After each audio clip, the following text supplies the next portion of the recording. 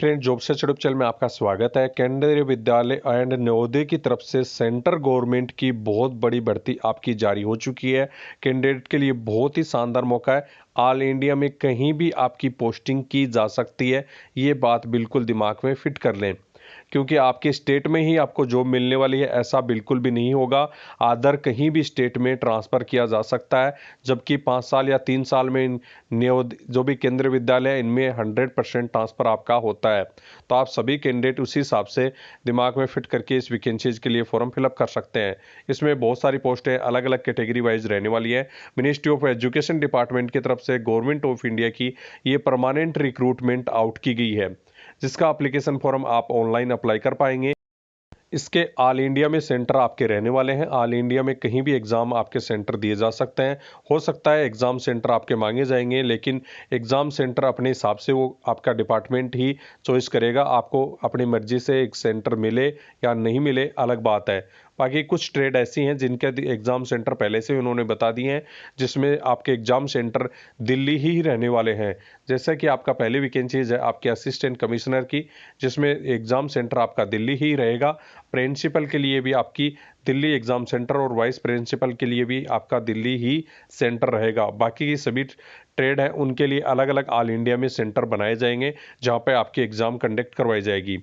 इस बार पहली बार ऐसा देखने को मिल रहा है कि केवीएस केंद्रीय विद्यालय और नवोदय विद्यालय की एक साथ वैकेंसीज का नोटिफिकेशन जारी किया गया है। जो इसमें पहली वैकेंसीज है पोस्ट ग्रेजुएट के, जो कि आपकी केवीएस केंद्रीय विद्यालय की तरफ से टोटल यहाँ पे देखेंगे तो आपकी जो पोस्ट आउट की गई हैं 1465 पोस्ट आपकी रहने वाली है। कि जो भी आपके पोस्ट के कोड ये या जो भी आपकी जो भी सब्जेक्ट है वो यहाँ पे आपके दिए हुए हैं। कैटेगरी वाइज अपनी पोस्ट चेक कर सकते हैं। कैटेगरी जिस कैटेगरी में आपकी पोस्ट है उसी पे अप्लाई करना है। पोस्ट ग्रेजुएट टीचर के लिए टोटल यहाँ पे आपकी जो एनवीएस नवोदय विद्यालय के लिए 1513 पोस्ट आपकी रहने वाली है। पोस्ट ग्रेजुएट टीचर पीजीटी के लिए आपका देख सकते हैं मॉडर्न इंडियन लैंग्वेज के लिए यहाँ पे एनवीएस में टोटल आपकी जो पदों पर वैकेंसीज हैं यहाँ पे आपको देखने को मिल रही हैं आपकी 18 पदों पर। इसके बाद में आपके ट्रेंड जो कि टीजीटी की जो पोस्ट है केवीएस के लिए आपके 2794 पदों पर टोटल पोस्ट हैं। लाइब्रेरियन के लिए केवीएस के लिए आपकी टोटल 147 पदों पर। इसके बाद में आपका टीजीटी एनवीएस की तरफ से टोटल 2900 आपका 78 पोस्ट टोटल रहने वाली हैं। इसके बाद में आपका टीजीटी एनवीएस के लिए लैंग्वेज थर्ड लैंग्वेज के लिए टोटल 443 पदों पर आपके वैकेंसीज रहेंगी। प्राइमरी टीचर के लिए केवीएस में 3365 पोस्ट आपकी टोटल। स्पेशल एडिटर पीआरटी और पीआरटी म्यूजिक के लिए भी इसमें पदों पर वैकेंसीज रहेंगी।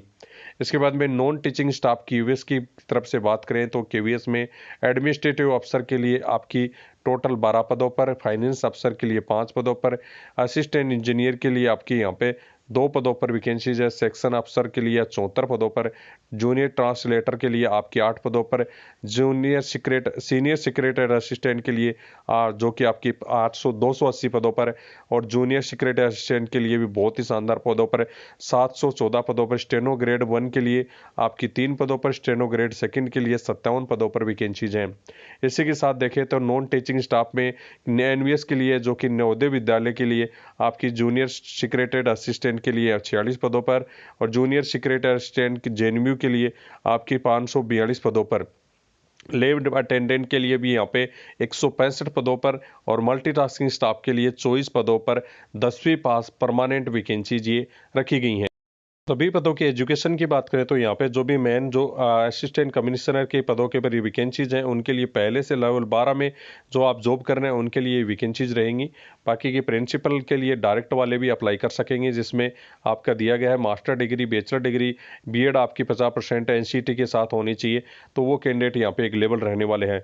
इसके बाद में आप देख सकते हैं जो आपके अदर जो एनवीएस के लिए या प्रिंसिपल केवीएस के लिए जो भी एजुकेशन वगैरह कंप्लीट आपकी बीएड और संबंधित आपका जो भी है सब्जेक्ट से ग्रेजुएशन कंप्लीट आपका होना चाहिए। परसेंटेज जो दिए गए उसके अनुसार आपका होना चाहिए।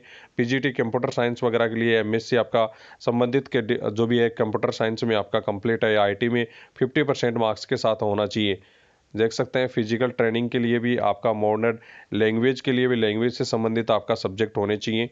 इसी के साथ नीचे अपन चलते हैं जिसमें नॉन आपके टीचिंग स्टाफ की वैकेंसीज पर नॉन टीचिंग स्टाफ की वैकेंसीज के लिए जो भी वैकेंसीज आपकी जारी की गई हैं, स्पेशल एडिटर के लिए भी सेम आपका बीएड वगैरह आपका डिप्लोमा वगैरह मांगा गया है। प्राइमरी टीचर के लिए भी आपका देख सकते हैं हायर सेकेंडरी आपका होना चाहिए 50% के साथ, और संबंधित भी आप बैचलर डिग्री या संबंधित आर्ट टीचर की वैकेंसी है तो उसमें आर्ट टीचर का सर्टिफिकेट भी होना चाहिए। प्राइमरी टीचर के लिए हायर सेकेंडरी डेट आपका जो होता है वो आपका कंप्लीट होना चाहिए, या आप देख सकते हैं बैचलर डिग्री ऑफ एजुकेशन इसका संबंधित आपका जो भी होता है 10+2 वाला वो 50% के साथ आपका होना चाहिए।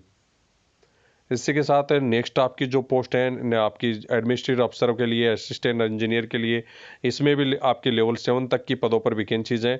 बैचलर डिग्री आपका यहाँ पे देख सकते हैं यूडीसी एसए की सेक्शन अफसर के लिए 3 साल का काम किया हुआ होना चाहिए। जूनियर ट्रांसलेटर के लिए एमएससी आपकी डिग्री होनी चाहिए, सॉरी मास्टर डिग्री आपके पास होनी चाहिए सब्जेक्ट में। उसके बाद में जूनियर सीनियर सेक्रेटरी असिस्टेंट के लिए आप बैचलर डिग्री और आप पहले से जॉब में होने चाहिए लेवल 2 पर। ग्रेड स्टेनोग्राफर ग्रेड 1 के लिए लेवल 6 के पदों पर आपकी जो भी फ्रेशर कैंडिडेट भी अप्लाई कर सकेंगे, लेकिन आपका 5 साल का एक्सपीरियंस मांगा गया है। इसमें स्टेनोग्राफर ग्रेड 2 के लिए ये फ्रेशर कैंडिडेट ग्रेजुएट क्लास आप जो भी कैंडिडेट है वो अप्लाई कर पाएंगे। जूनियर सेक्रेटरी असिस्टेंट के लिए 10+2 आपका मांगा गया है। टाइपिंग आपकी जो भी होगी इंग्लिश में आपकी 35 और हिंदी में आपकी 30 होनी चाहिए। यहाँ पे आप देख सकते हैं ये आपका कंप्लीट दिया हुआ है। टाइपिंग के लिए जो भी इसमें OR करके नहीं दिया गया है, सॉरी OR करके दिया गया है, तो इसमें आपका एक ही सब्जेक्ट में टाइपिंग आपकी मांगी गई है। और यहाँ पे आप देख सकते हैं टाइपिंग के लिए जो कि इंग्लिश में इसमें कम दी गई है, इंग्लिश में 30 ही मांगी गई है और इसमें 25 हिंदी के लिए मांगी गई। दोनों में से इस एनवीएस विद्यालय के लिए आपकी टाइपिंग कम मांगी गई है। लैब अटेंडेंट के लिए या तो 10वीं पास के साथ है लेबोरेटरी अटेंडेंट का सर्टिफिकेट होना चाहिए, या 12वीं पास साइंस सब्जेक्ट के साथ होना चाहिए। इसी के साथ मल्टीटास्किंग स्टाफ में मात्र 10वीं पास वाले कैंडिडेट अप्लाई कर सकेंगे। 10वीं पास में एज आपकी सभी में आप देख सकते हैं यहाँ पे दी गई है 30 साल और बाकी के नियमानुसार आपको 5 साल और 3 साल की यहाँ पे छूट भी मिल जाती है। कुछ ट्रेड ऐसी हैं जिसमें 40 साल तक भी फॉर्म आप फिलअप कर पाएंगे। सिलेक्शन प्रोसेस है और कंप्लीट यहाँ पे आप देख सकते हैं जितना भी दिया गया, पहले टियर 1 होगा, टियर 2 भी आपका कंप्लीट होगा।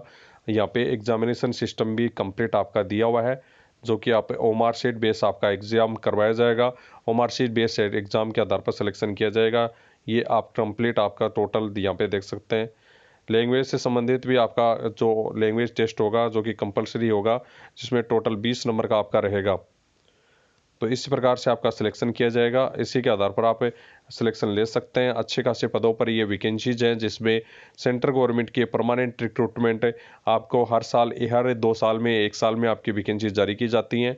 ये आप देख सकते हैं कंप्लीट इसके एप्लीकेशन फॉर्म करने के लिए, अप्लाई करने के लिए यहाँ पे वेबसाइट दी गई है। इस वेबसाइट पर जाकर आपको लिंक भी उपलब्ध करवा दी जाएगी वहाँ पे आपको अप्लाई करने के लिए। अब एप्लीकेशन फ़ी की बात करें तो एप्लीकेशन फ़ी यहाँ पे आप टोटल देख सकते हैं, टोटल 1200 रुपये की यहाँ पे छोटी पोस्ट हैं जिनके लिए अप्लाई करना चाहते हैं तो ये 1200 पदों पर 1200 + 500 आपकी पोस्ट होगी।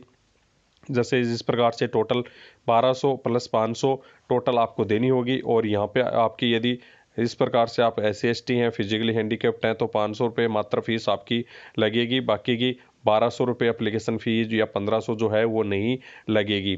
तो आप सभी कैंडिडेट के लिए अच्छा मौका है, शानदार पोस्ट है। और ये आपकी डेट्स वगैरह कंप्लीट यहाँ पे दी गई है कि रजिस्ट्रेशन ओपन होगा 14 नवंबर से और आपका 4 दिसंबर लास्ट डेट इसकी रखी गई है। उसके बाद में एग्ज़ाम के लिए बाद में आपका चॉइस किया जाएगा। सेंट्रल गवर्नमेंट के सभी फॉर्मेट होने चाहिए और उसी के आधार पर आप एप्लीकेशन फॉर्म में कैटेगरी आप डाल सकते हैं। बाकी किसी से संबंधित किसी कैंडिडेट की कोई क्यूरी है तो कमेंट बॉक्स में कमेंट करके पूछ सकते हैं। टेलीग्राम की लिंक वीडियो के नीचे डिस्क्रिप्शन बॉक्स में दी गई है पूरी जानकारी के लिए, और अन्य सभी वैकेंसीज के लिए जो कि सही या आपकी जो भी प्रकार की वैकेंसी जारी की जाती हैं सेंट्रल गवर्नमेंट की, उनकी जानकारी या डिफेंस से संबंधित सभी प्रकार की जानकारी के लिए आप ज्वाइन कर सकते हैं।